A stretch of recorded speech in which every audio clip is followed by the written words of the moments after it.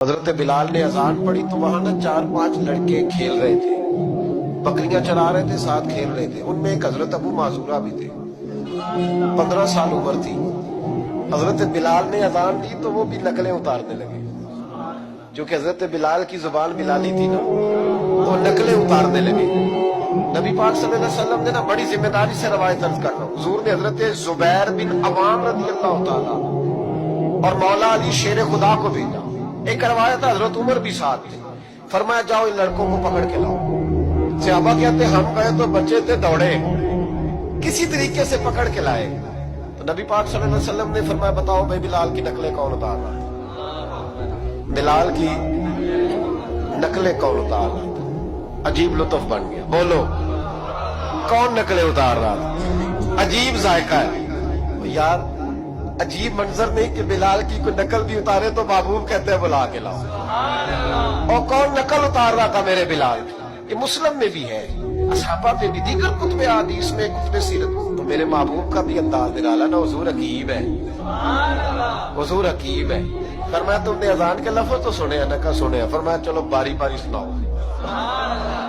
محبوب نے سن لیا نا، فرمایا چلو باری باری سناؤ۔ اب بچے کیا کرتے ہیں؟ پہلے تو تہیا کر لیا کہ بتانا نہیں، نقلیں اتار رہے تھے حضرت ابو معذورہ۔ محبوب علیہ السلام نے فرمایا چلو باری باری سناؤ۔ پہلے حضور نے اجتماعی طور پہ پوچھا تم نے سنی ہے اذان کا؟ سنی ہے، چلو باری باری سناؤ۔ اب چونکہ کہہ بیٹھے تھے کہ سنی ہے، اب کیا کرتے؟ سنانی تھی۔ ایک نے سنائی، حضور نے فرمایا تو جا۔ دوسرے نے سنائی، فرمایا تو بھی جا۔ تیسرے نے سنائی، کہا تو بھی جا۔ چوتھے نے سنائی، تو بھی جا۔ چھٹے 7ویں نمبر پہ ابو معذورہ کہتے میرا بھی نمبر لگ گیا۔ عمر تھی 15 سال، پر بس کسی کی نظر پڑ گئی، اس کی پڑ گئی جس کی نظر بیڑا پار کر دیتی۔ اللہ کرے کسی کی نظر پڑ جائے، کام بن جائے۔ تیری ایک نظر کا کمال ہے، میری زندگی کا سوال۔ یا رسول اللہ انظر حالنا، اس کا ترجمہ یہی ہے کہ ایک نظر کرم کرو۔ یا رسول اللہ انظر حالنا۔ محبوب علیہ السلام اب چھٹا 7واں نمبر لگا تو کہا تو بھی سنا۔ تو ابو معذورہ سنے تھے، کانوں میں انگلی لی، حضرت بلال کی نقل اتاری تو بڑی پیاری۔ حضور نے فرمایا جو باقی بچے ہیں وہ بھی سارے جاؤ، بندہ مل گیا ہمیں۔